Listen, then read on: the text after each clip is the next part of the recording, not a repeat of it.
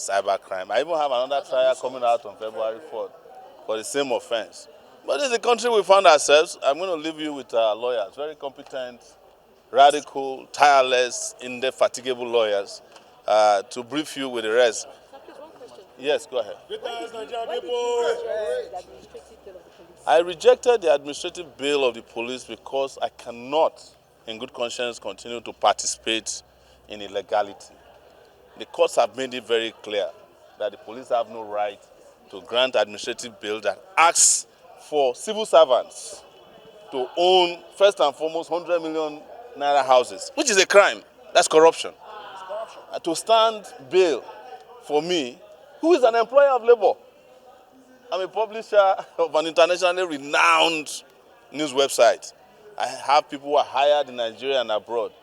I'm not a civil servant. In fact, I'm an uncivil citizen who is against all kinds of corruption, and I've spent my entire life fighting against corruption. So to now ask me, to insult me that I should provide a level 17 director who had not, who had not gotten employment when I was fighting for democracy in 1992,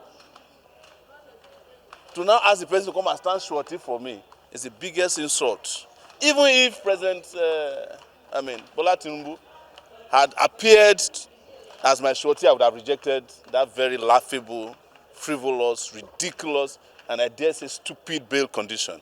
If the court in its own wisdom decide that they want my passport in their coffers because it's a very special passport, that's a different issue. But we must continue to reject the impunity of the Nigerian police and their officers who will just invite you and then ask you to deposit your passport. I'm going to bring a level 17 civil servant. Even by the civil service rules, there is no level 17 officer. Because a level 17 officer in the civil service is a permanent secretary who is politically appointed by the president. So you expect such a person to come and stand surety for Sowore. I'm not being arrogant and I'm not bragging. But, you know, in 1992, when I was a student leader, Tinubu was a senator. And I was more powerful than him in the Nigerian society. So how dare them ask me?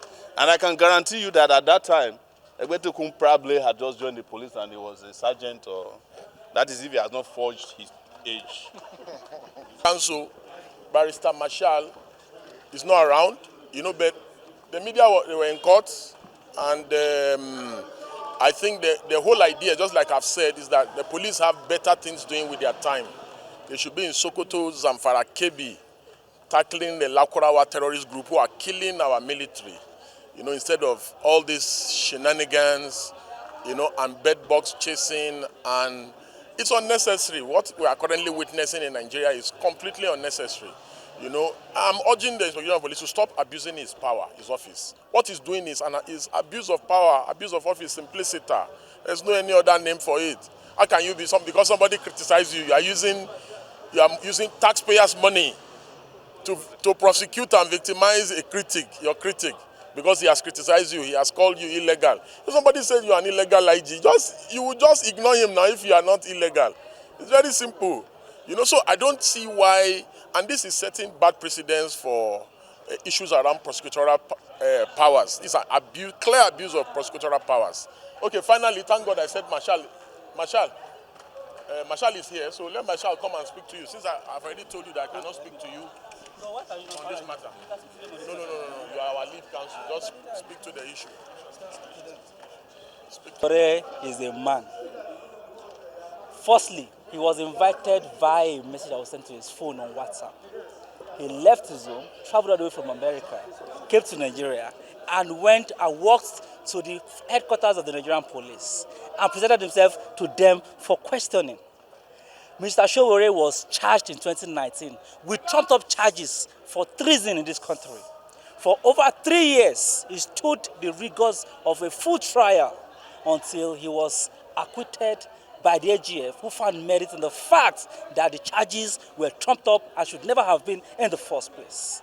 If a man could stand trial for an offense whose result or conviction in is a likely death sentence or life imprisonment, what is the instant charge that he will not stand trial for? where we all know that the instant charge is both aberrational, illegal, and an attempt to persecute a Nigerian for speaking truth to power.